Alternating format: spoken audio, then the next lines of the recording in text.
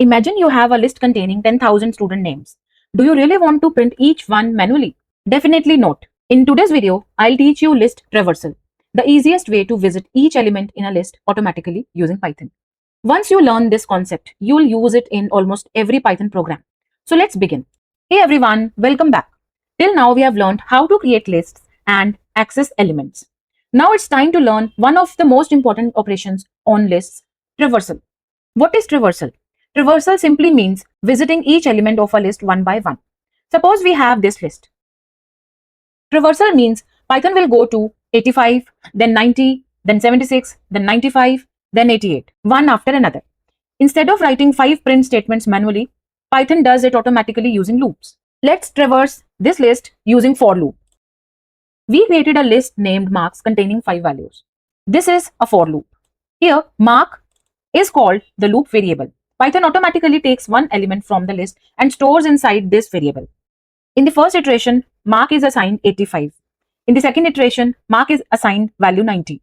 In the third iteration, mark is equal to 76. Fourth iteration, mark is 95. And in the fifth iteration, mark is 88. The loop automatically repeats until every element has been visited.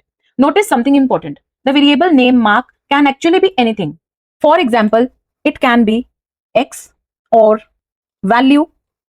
Both are perfectly correct. We usually choose meaningful names because they make the code easier to understand. During every iteration, Python prints the current element stored inside mark. Let's see what happens behind the scenes. Initially, mark is equal to 85.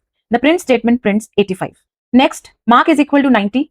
Print statement prints 90. Then mark is equal to 76. Print statement prints 76. Then 95 and finally 88. After the last element, Python automatically stops the loop. Let's traverse names. Python picks Amit and prints it. Then Riya prints it. Then Rahul and then Sneha. Now let's traverse this list using a while loop.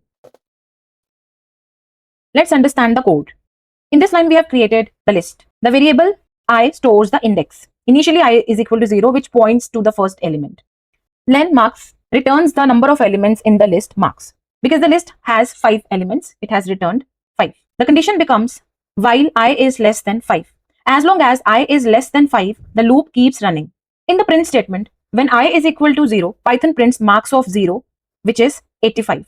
Next, I is equal to 1, it will print 90. Next, 76, then 95, and finally 88. I plus equal to 1 increases the index by 1. Without this line, the value of I would never change, and the loop would continue forever. For list traversal, the for loop is generally simpler because Python automatically handles each element. The while loop gives you direct control over the index, which is useful when you specifically need to work with positions in the list. That's how list traversal works in Python.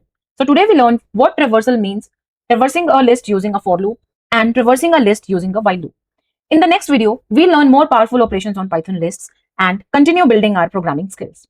If you found this video helpful, don't forget to like, share, subscribe, and press the bell icon so you never miss the next Python tutorial. Thanks for watching, and I'll see you in the next video. Happy coding!